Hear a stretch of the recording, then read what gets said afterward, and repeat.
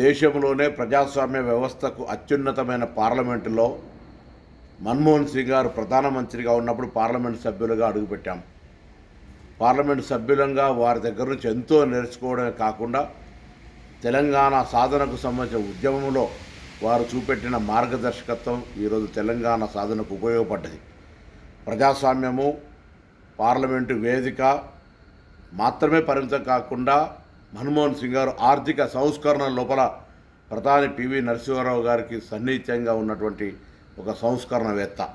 అంతేగాక భారతదేశంలో యూపీఏ కాలంలో 2004 నుంచి 2014 లోపల ఉపాధి హామీ పథకంతో పాటుగా విద్యా హక్కు, రైట్ టు ఇన్ఫర్మేషన్, భూసేకరణ యాక్ట్, ఇట్లా అనేకమైన చారిత్రాత్మక చట్టాలు తెచ్చినటువంటి మన్మోహన్ సింగ్ గారు మృతి పట్ల తీవ్ర సంతాపాన్ని వ్యక్తం చేస్తూ వారి కుటుంబ సభ్యులందరికీ నా ప్రగాఢ సానుభూతిని వ్యక్తం చేస్తాను. 15వ లోక్సభలో నా సహచార ఎంపీలందరి పక్షాన మేమంతా కూడా వారితో చాలా సాన్నిధ్యంగా 5 సంవత్సరాలు గడిపేటువంటి అవకాశం దొరికింది.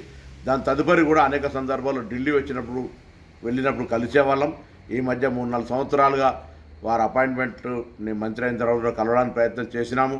అనారోగ్య రీత్యా కలవలేకపోయినా వారు 92 సంవత్సరాలు అనేకమైనటువంటి అవార్డులు, అనేకమైనటువంటి కీర్తి ప్రతిష్ట సంబంధించినటువంటి గొప్ప వ్యక్తి.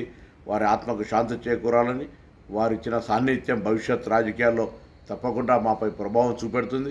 5 సంవత్సరాలు లోక్సభ గౌరవ ప్రధానమంత్రిగా వారితో కలిసి పనిచేసే అవకాశం రావడం మా అదృష్టంగా భావిస్తూ వారి కుటుంబ సభ్యులందరికీ ప్రగాఢ సంతాపాన్ని వ్యక్తం చేస్తా ఉన్నాం.